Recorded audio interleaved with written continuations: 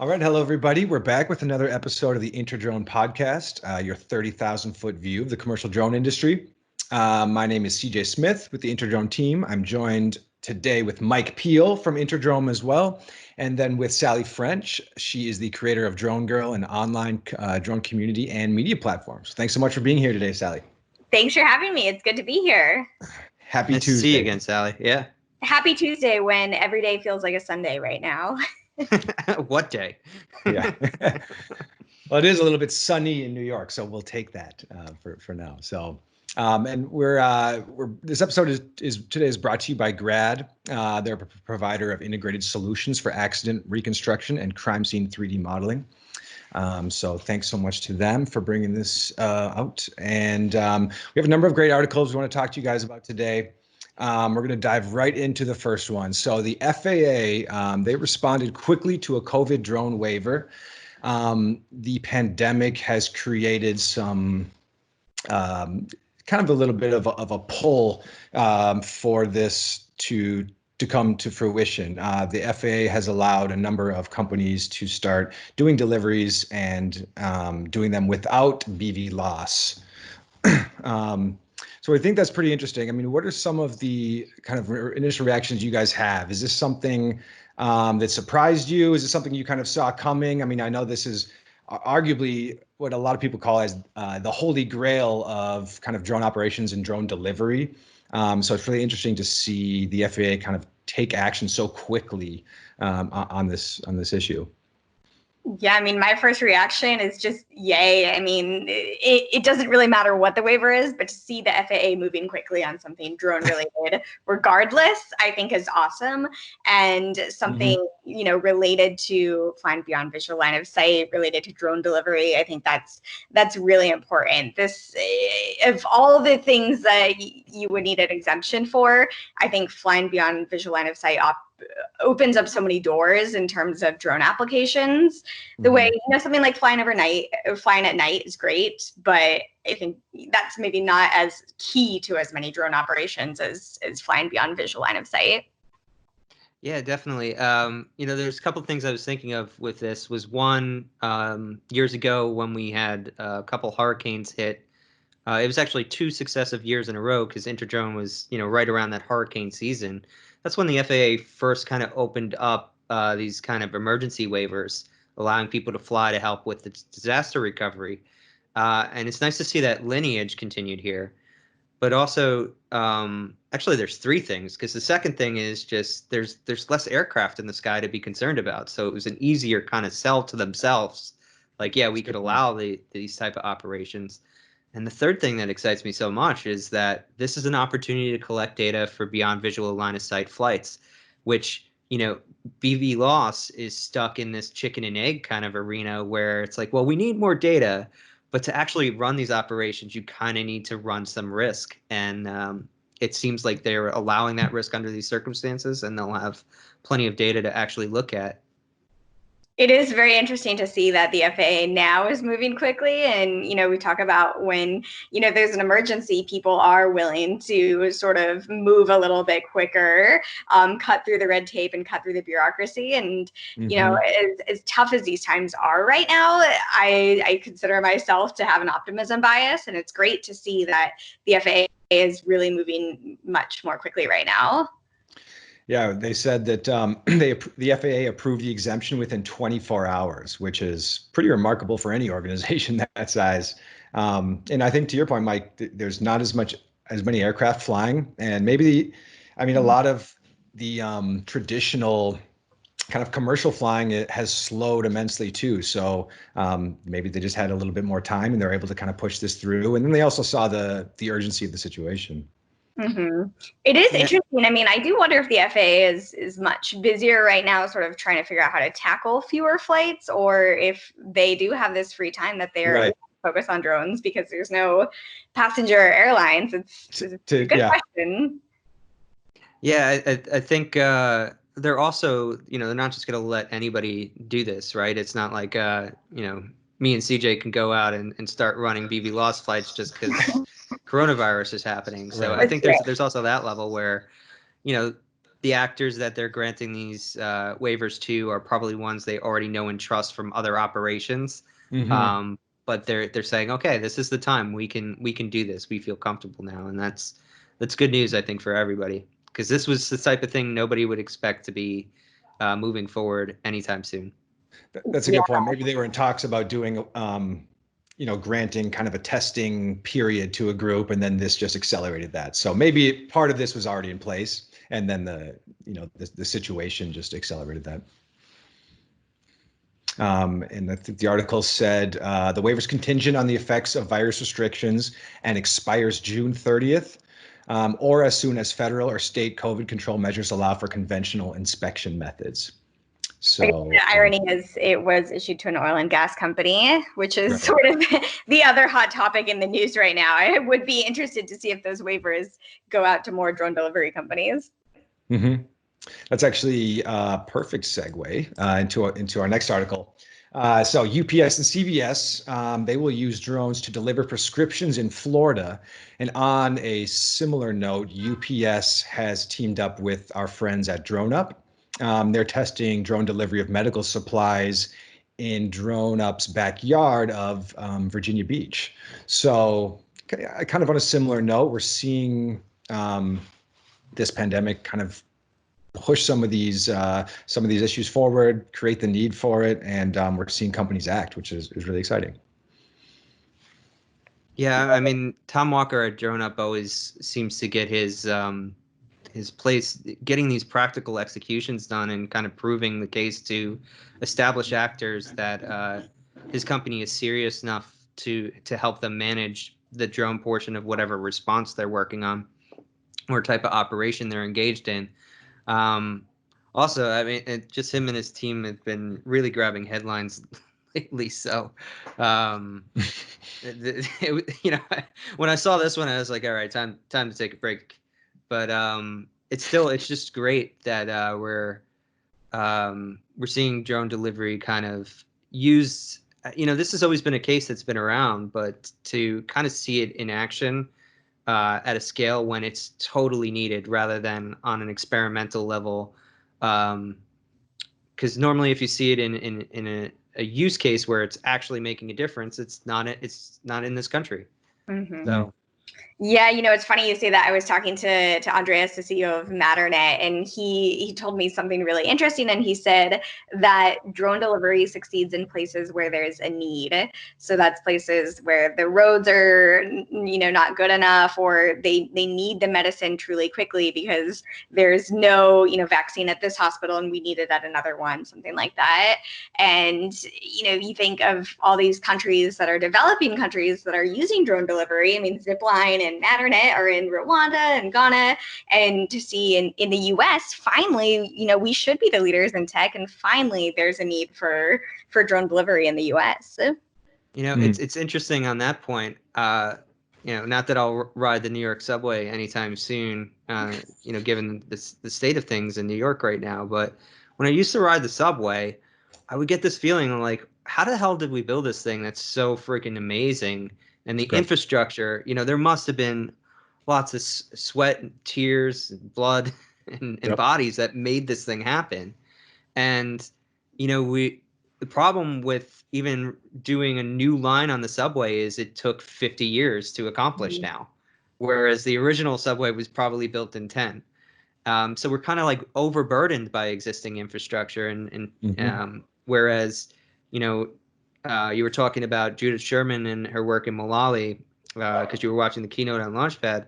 One of the things that was apparent when I was talking with her on the podcast later was that they kind of just get to leapfrog us on certain technologies because they don't have it there. So like drones for ag in Malali actually are more effective because they don't have precision agriculture infrastructure set up yet. And then I think, and on top of the infrastructure, not creating this sort of, either bureaucracy that comes with it or red tape, just like the need, even, when Jeff Bezos in 2013 said that we can deliver Amazon products, that sounds so cool. And I hate to, rain on the parade of innovation because there are real use cases. But in a lot of ways, I even thought, and I love drones, like, why do I need a drone to bring me my shoes from Amazon if I can get them perfectly fine in my real life. And I always see these goofy companies that talk about how their drones can deliver pizza, and it's just like, I don't need a drone to deliver me pizza. As great as new technology is, like it's often not any cheaper or efficient than a human doing it. Mm-hmm. And maybe even today it's not any cheaper or more efficient, but I don't want to have contact with somebody, and a drone is safe. And so a drone now suddenly presents this actual real use case that we need in this era. Right.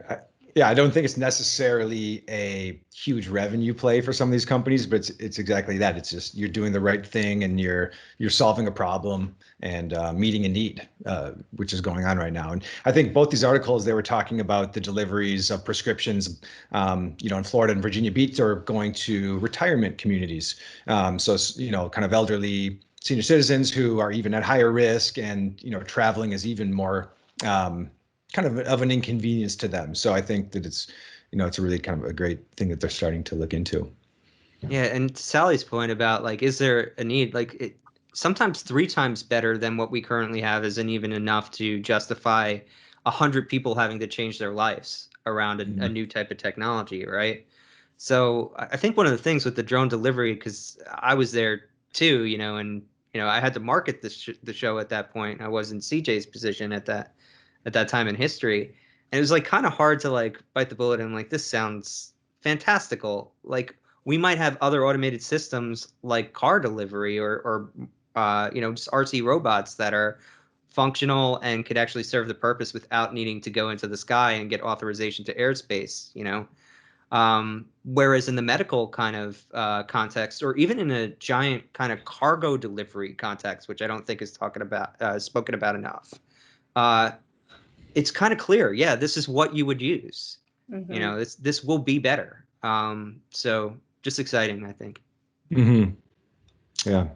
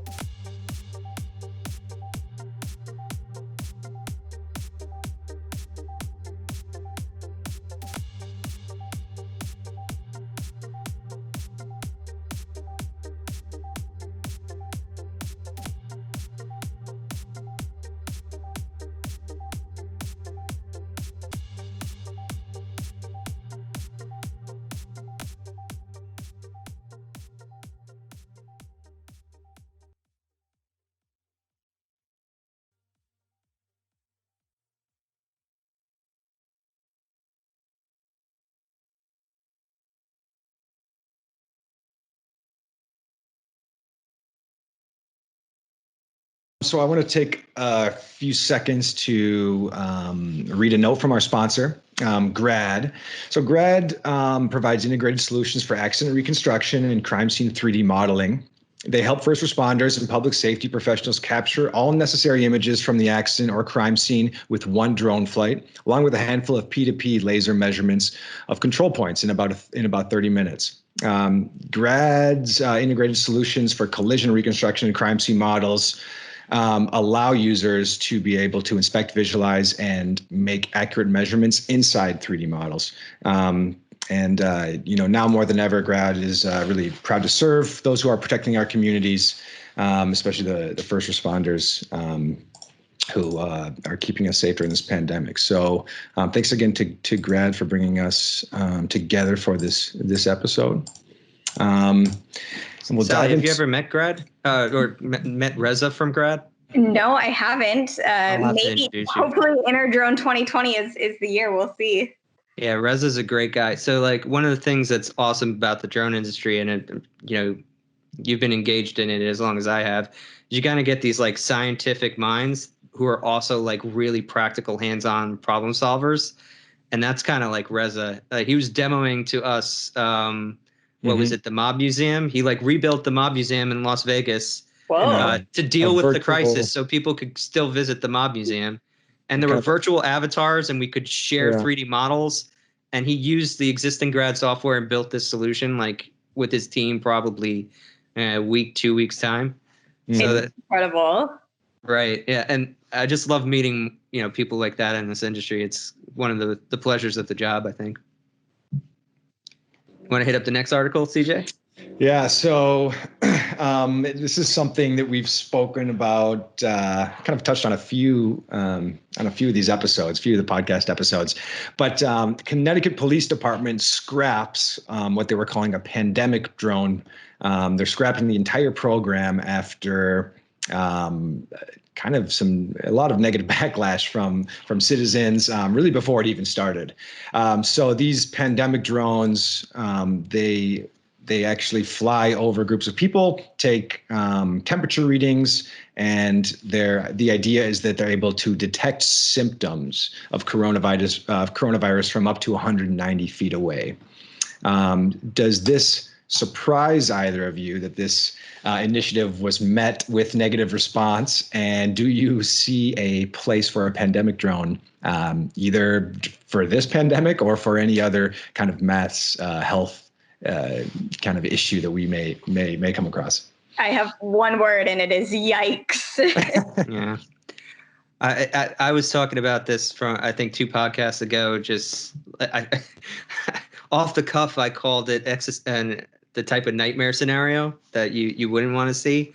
But I've since actually rolled back a little bit on that because Romeo from DJI brought up the point that if you're using, maybe the temperature reading thing is one end of the spectrum, but if you're just using it for kind of crowd control and letting people and to inform people that they need to keep social distancing, that it's not that different from helicopter use for that. I would argue, though, drones, because of their closer proximity to you, there's like a little bit more feeling of like physical threat. But I could see it more in that circumstance than the temperature reading thing, which, let's face it, is not proven. And again, existing technologies on the ground are probably more effective. So you think the talking drone maybe has a place, but as far as a temperature reading drone, less so.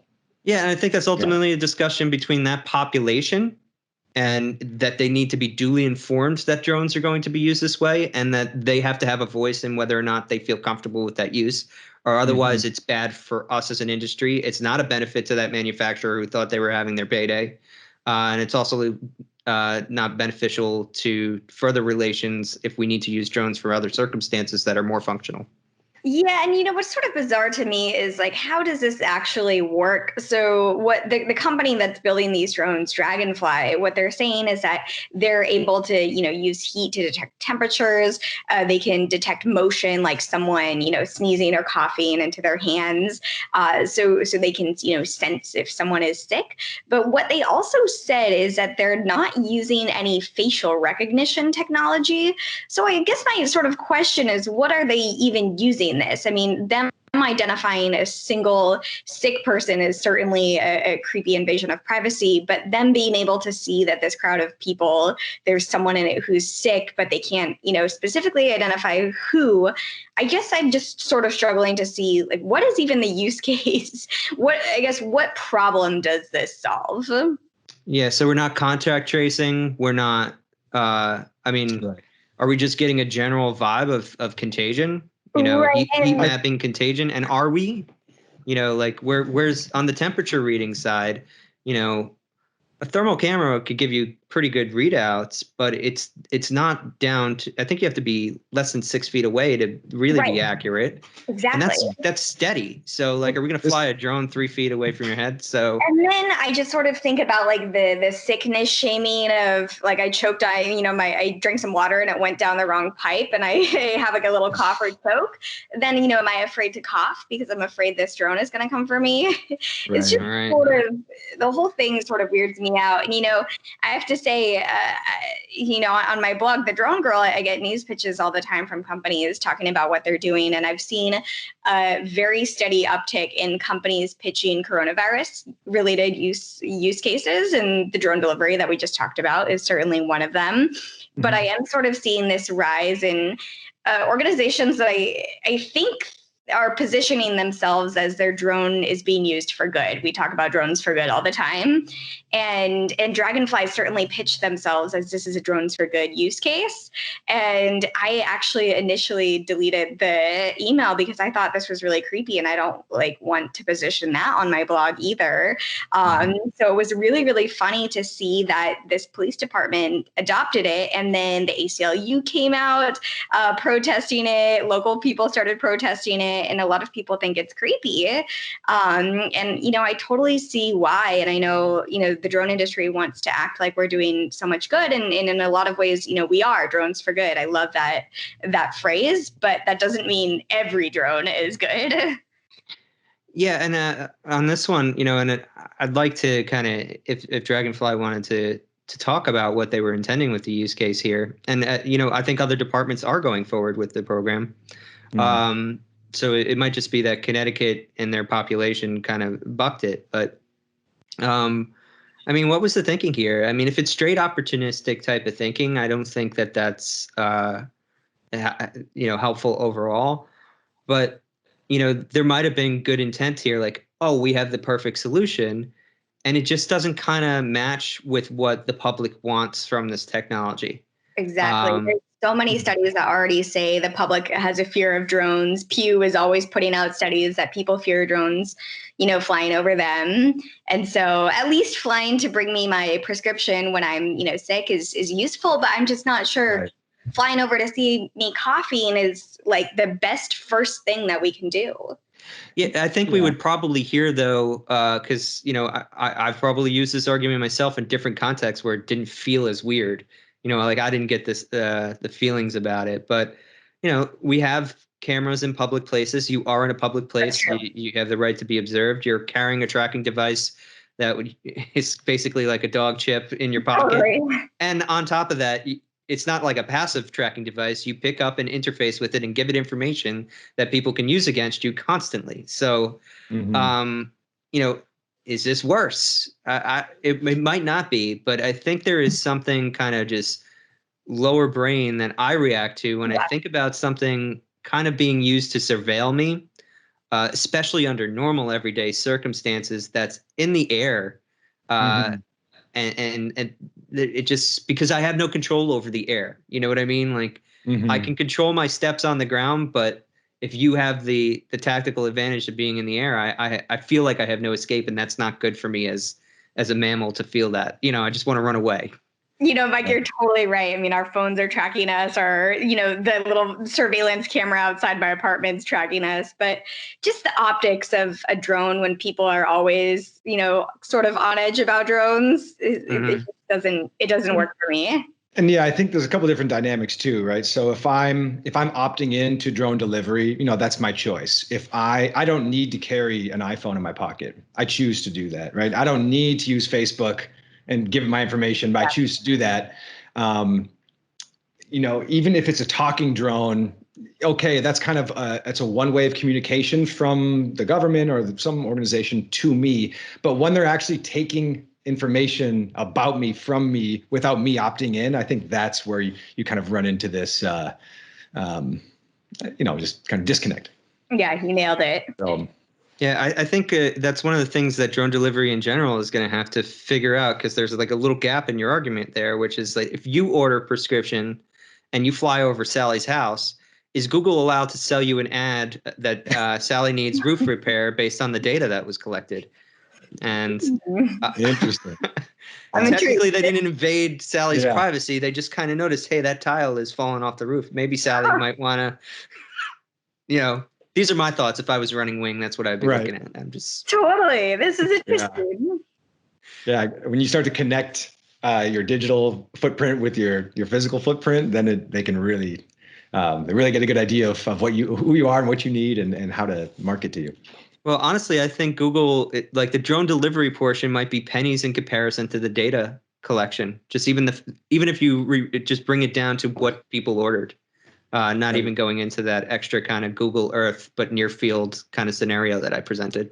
Yeah, I think you've said that on a previous podcast that the data is ultimately going to be more valuable than the actual fees on delivery for a company like Google and Wing. So anyway, we'll see how this kind of keeps progressing. So in other news, non-coronavirus related, and Sally, you're, I think, a great person to have on for this, but DJI just released a new drone. The Mavic Air 2 is here. I know, Sally, you've written a couple articles on this. Were you able to get your hands on a Mavic 2 yet? Or tell us a little bit about kind of what you know and what people can expect.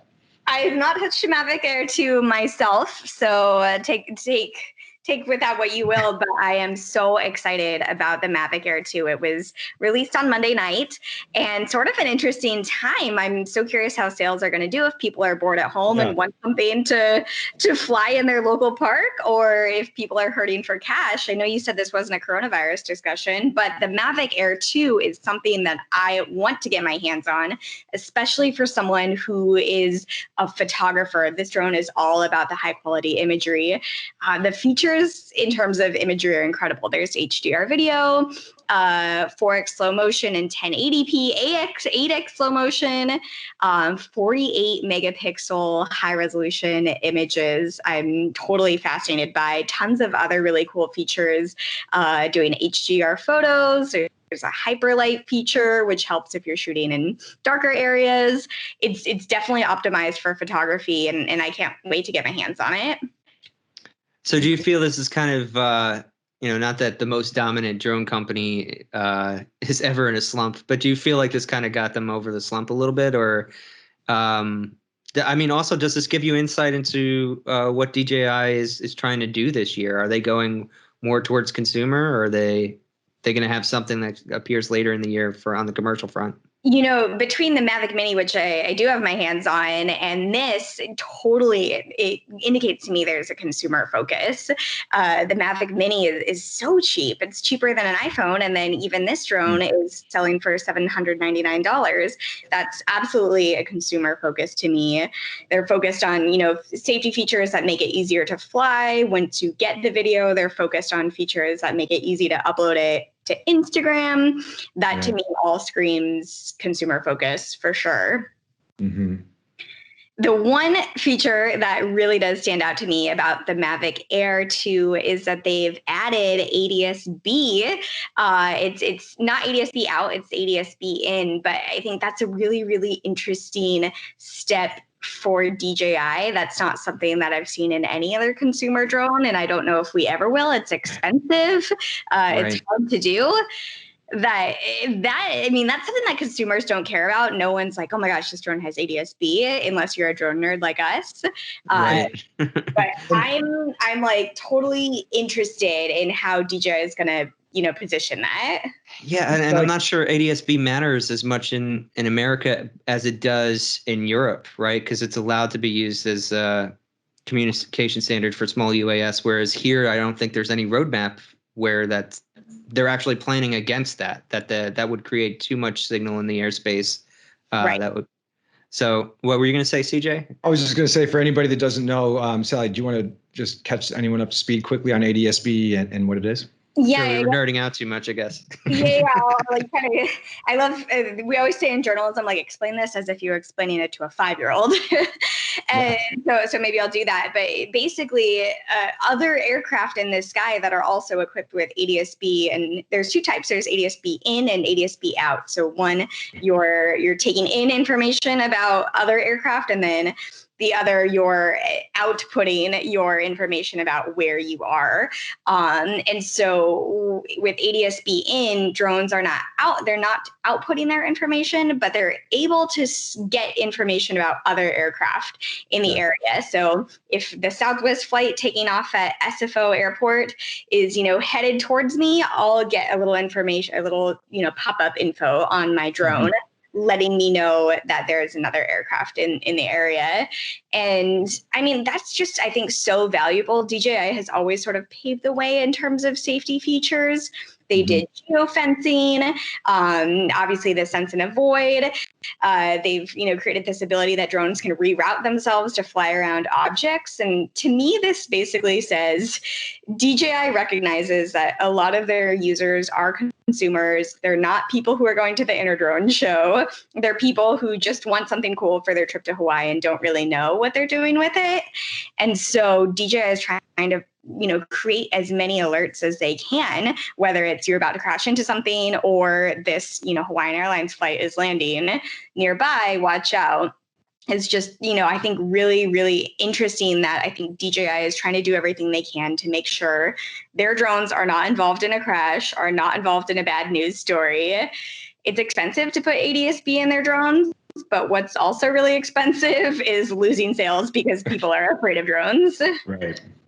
Right. And you're totally right on them kind of always trying to be at least one or at least a half step ahead of what other people are doing on the safety front. And it's interesting, even in the larger drone ecosystem, the discussion went from people trying to make safety features kind of proprietary, like we're the only ones that we can do this, to an acceptance that if all of us don't have this, then we're all brought down as an industry by the lowest common denominator.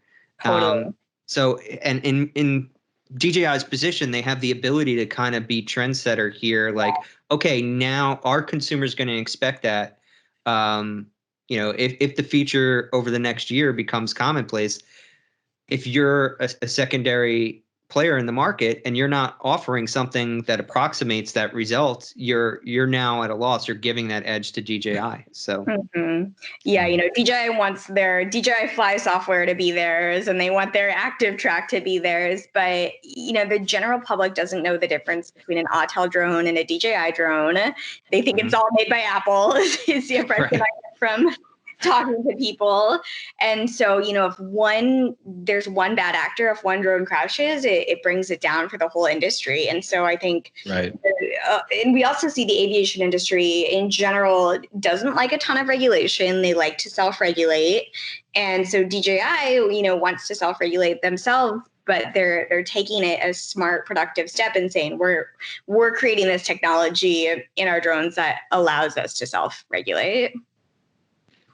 But just on the imaging side, you seemed really excited too. So like expectations, are we going to see drone images over the next kind of few months that, wow us again? Or are drone images just photos like any other photo now? Yeah, that's a good question. I was just talking the other day about, what sort of features I would like to see in this Mavic Air 2 when we knew it was coming out. And in a lot of ways, I do think that we started with the Phantom 1, and then there was like this very quick boost in what the technology was like. The Phantom 3 is so much better than the Phantom 1. The Mavic Pro is so much better than the Phantom 3. And in a lot of ways, I'm like, is the Mavic Air 2 really that much better than the Mavic Air? And when it comes to photography, you're right. It's like, it definitely is a lot better, but what is the incremental difference of, quote, a lot better? So I'm not totally sure, but in terms of the safety, that to me is like so unparalleled. So ease of use is more kind of the selling point here. Yeah, absolutely.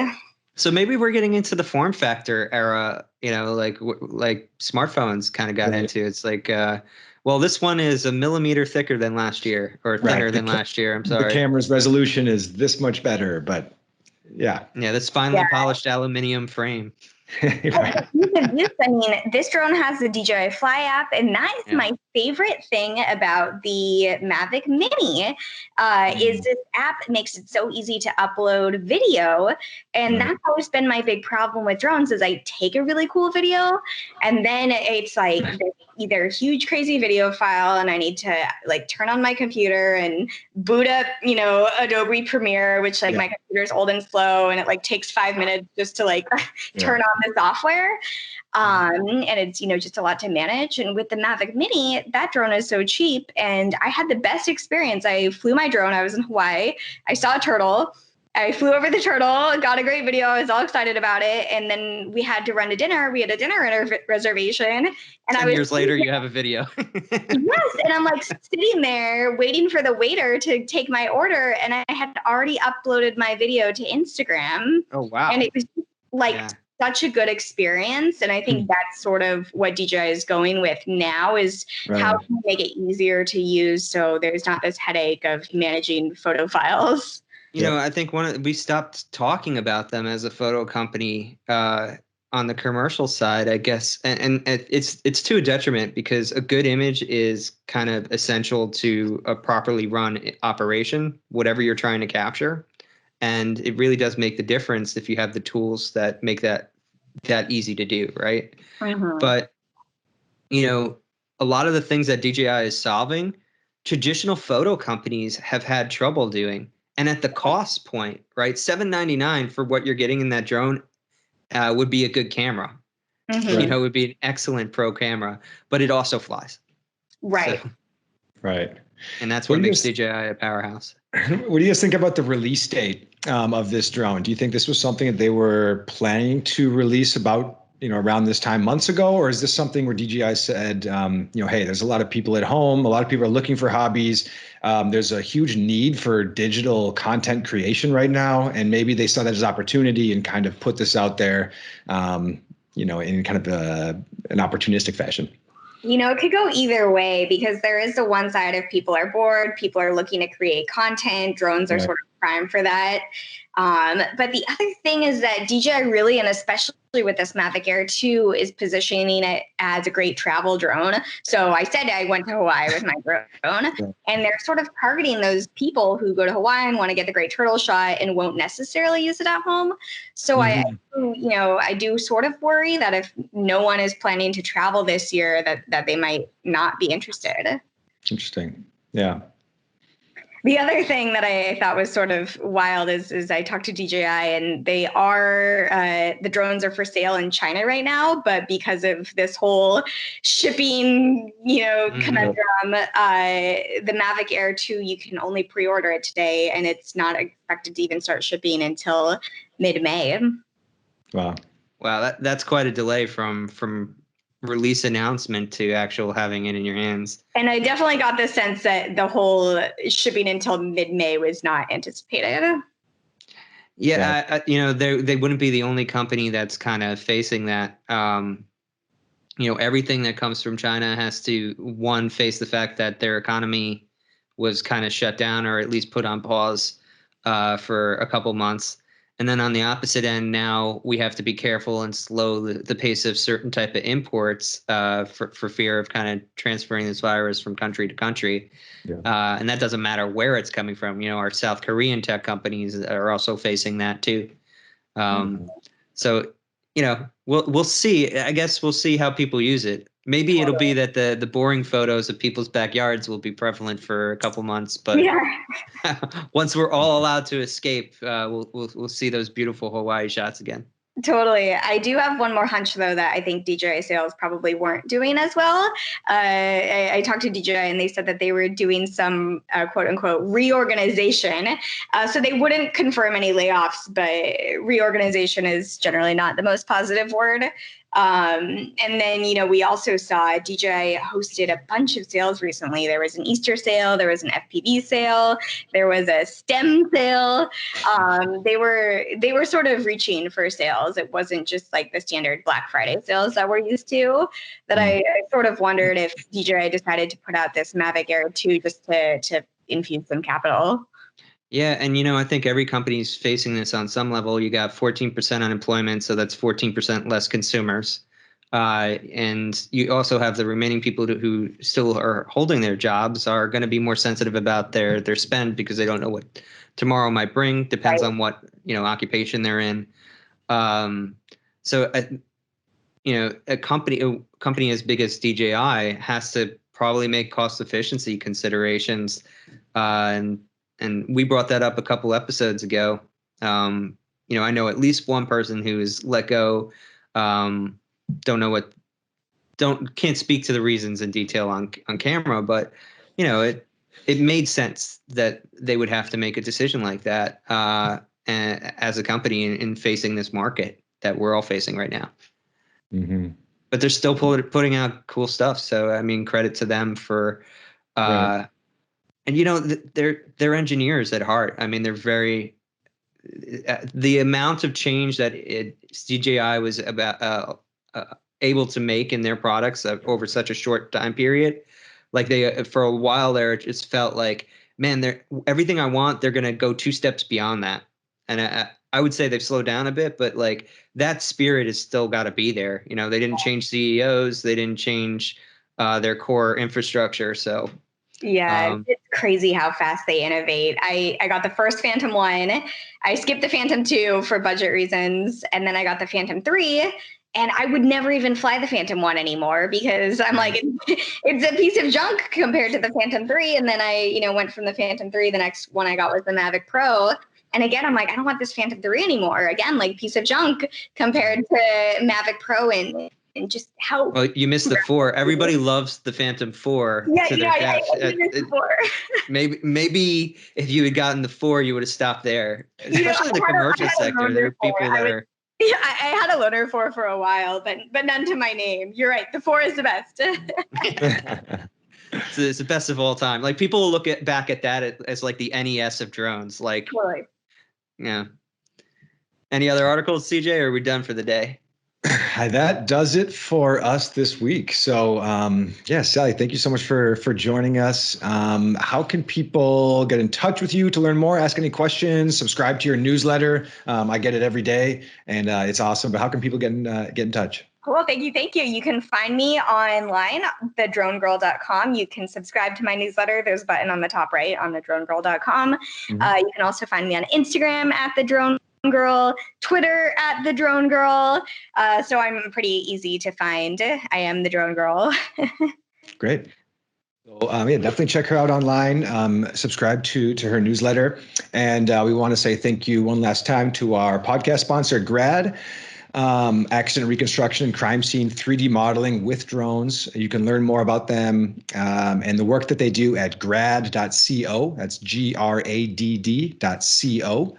And you can listen to this podcast on the InterDrone website, the InterDrone Launchpad, and Spotify, Apple Music, wherever pods are casted. So thanks again for everyone for tuning in, and we will see you guys next week. Thanks. Well, thank you, everybody, for joining in to the InterDrone podcast. We're joined today with Douglas Spotted Eagle of Sundance Media Group. Douglas, thanks so much for being here. Tell us a little bit about Sundance, your role there, and how the organization has grown over the past 25 plus years. 26 years ago last month. We started in 1994. Started in 94. We initially began as a training partner for what we called the big AAA. That was Apple, Adobe, and Avid. And then in 1998, we added Sony to that mix. So we began as a training organization, predominantly in post-production and production training for these organizations. We also partnered with Sony and Adobe for some period of time as a marketing partner, helping develop out marketing content and also developing feature sets and so forth, working with their product managers. And then the company stayed in that realm until around 2011. And because of my hobby background in aviation, I've been a skydiver and so forth for a number of years. This new thing called, remote control that could carry a camera came out. So in 2011, SMG or Sundance Media Group, back then it was branded Sundance Media Group. The new owners have rebranded it SMG. But in 2011, Sundance Media Group put together the first drone or UA training conference that there was. And back then we called it RCs for Journalism. The word drone hadn't really transited from the military side into what we're using today. So now we've kind of settled on UA. But anyhow, in 2012, we had someone come in and acquire my business partner's shares. And so he was the majority holder. So I am now the minority shareholder in Sundance Media Group as we go into our 26th year. We've shifted our focus. It's about 80% unmanned aviation now and 20% production as opposed to the other way around back in 2012, 2013. Okay. And what are some of the offerings? I know you guys have a number of services, trainings, courses that you do for UAS professionals. Talk to us a little bit about those.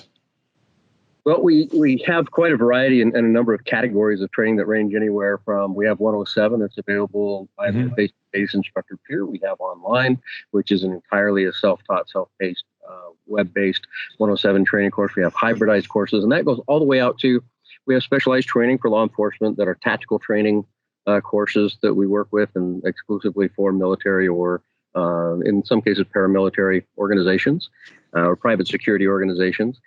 We have training courses that are focused on the construction industry, and those range all the way from working in BIM to progress reporting to working with Pix4D as a post-production or post-flight software.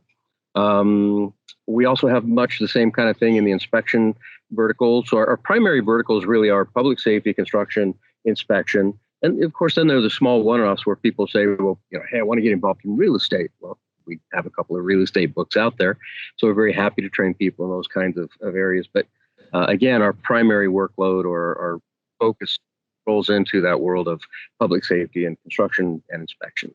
Right. So on that note, what industries do you see are poised for the most growth with regards to UAS use cases and just using this technology?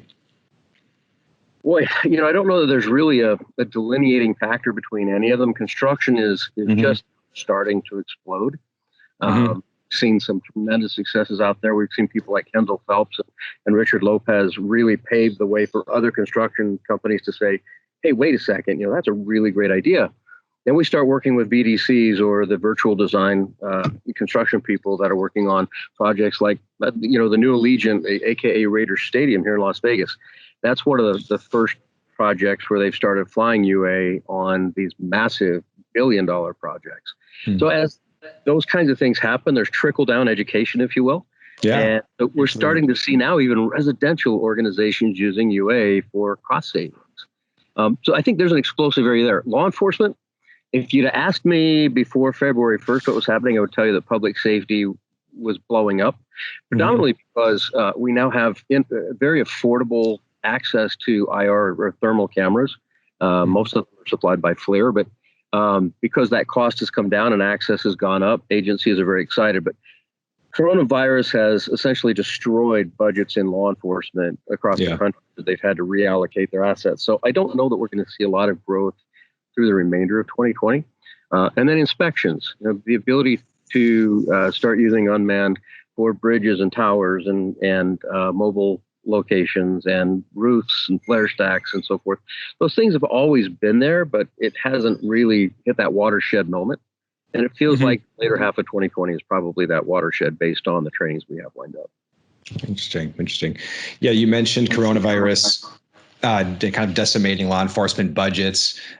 We are seeing articles where different use cases are emerging for UAS because of the pandemic. Other than law enforcement budgets being slashed, what impacts have you seen COVID have on the UAS industry? A lot of not good things, I'll say. We're seeing a lot of drone companies trying to seize on the opportunities the pandemic might present, and I don't know what those things are, but we're certainly seeing some snake oil type things. And I think that's pretty normal and natural in any kind of an emergency scenario. I can tell you that news is certainly flying a lot more. We don't do a lot of drone services. We are involved in drone services because that's the way that we keep our chops fresh and edgy. But we've been flying for a lot of the news agencies and pool media recently. Everybody wants to see, what does LA look like with no people walking down the street? What does Las Vegas look like with the dead streets? Right. We did one where we were live on live. Well, I guess I can say the station. We were live on CNN with Anderson Cooper, and we were standing out in the middle of Las Vegas Boulevard at 9 p.m. on Friday, and nobody was there. And wow. If you'd have shot that from a terrestrial perspective, you can't really get the impact of it. But by being able to put that up in the air, and you're in front of the M&M store there on the corner of Tropicana and Las Vegas Boulevard, and there's not. It really, I think, sold that story. We've actually seen CNN rerun that. Fox, same kind of story, doing some things with them and the other stations. So for us, that's where it's been. The other thing is that because traffic is shut down in so many areas, this is the perfect time for certain types of locations to take advantage of the fact that there's no tourism air traffic, there's no general aviation that's taking place. And so being able to shoot near an airport where maybe you've got a hotel and you can get 3D maps of that hotel that you're going to use for ingress, egress points for law enforcement, or perhaps for engineering, or just to have access to that data later. That's been a big point for us, and I'm sure we're not the only ones. We've got a school district here that have been bringing us in to fly the schools, and then they put together basically a point cloud of the exteriors of the schools, and then they can pass that on to enforcement when and if they have, God forbid, an active shooter scenario or a fire or something else where they need that kind of data. So for us, it's actually gotten busier because of COVID-19. Right. I think it's a really interesting point is let's capture that data, capture that footage now. We may not have a use for it next week, but there will be a use case for it eventually. And if we have an opportunity, let's make the most of it.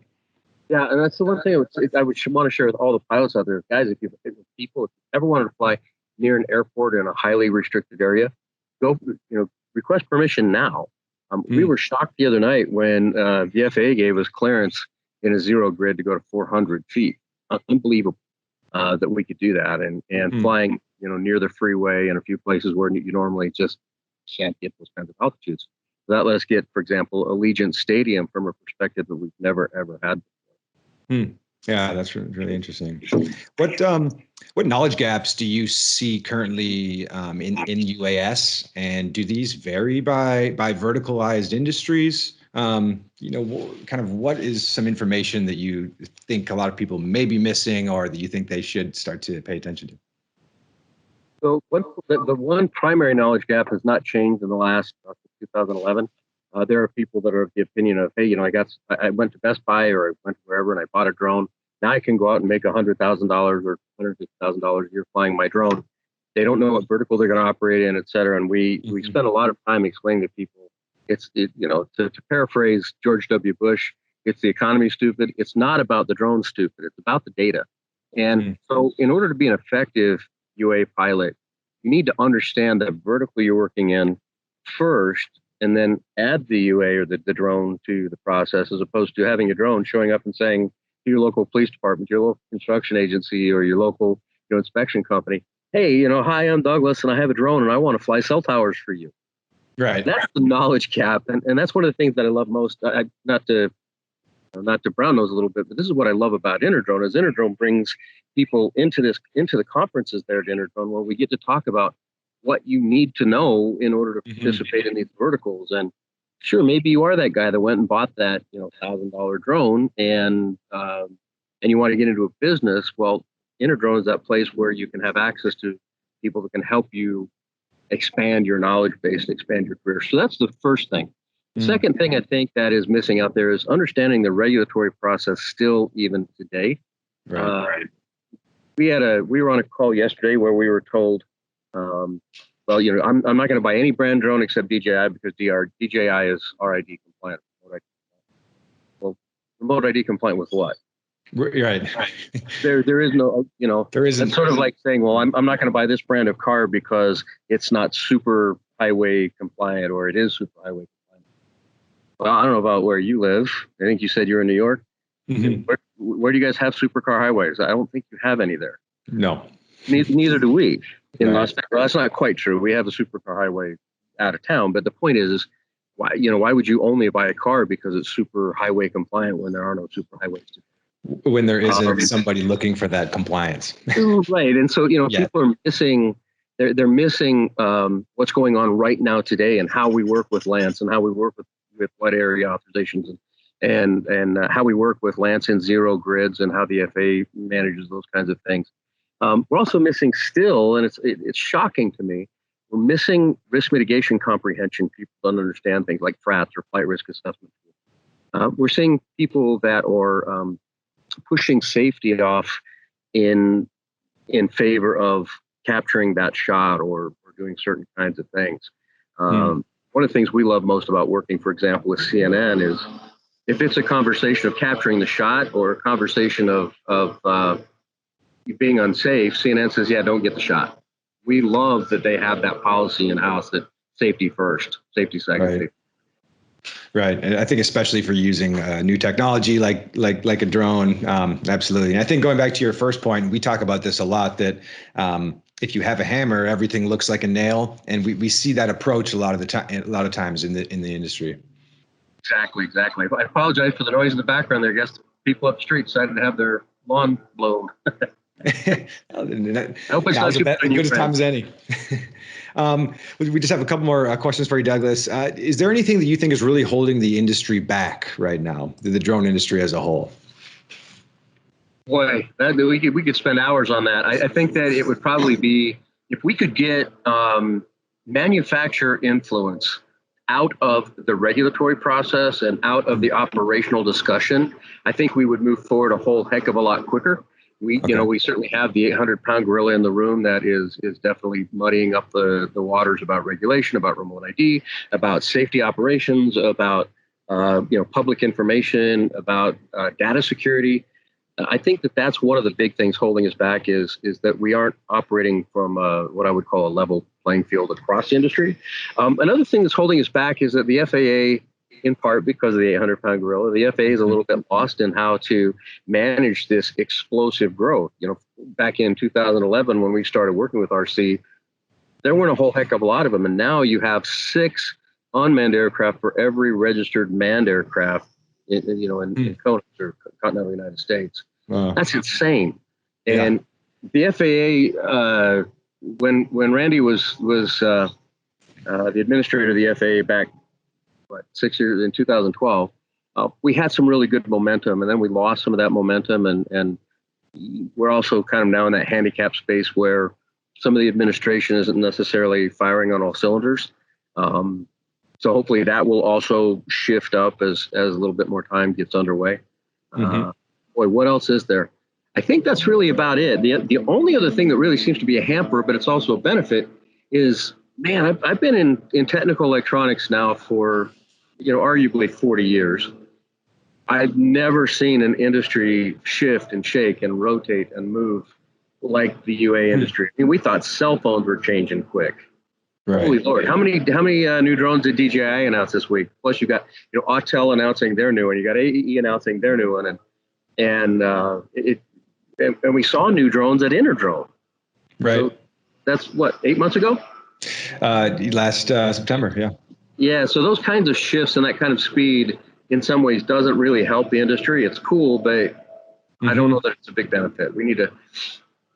I recommend we slow down just a little bit.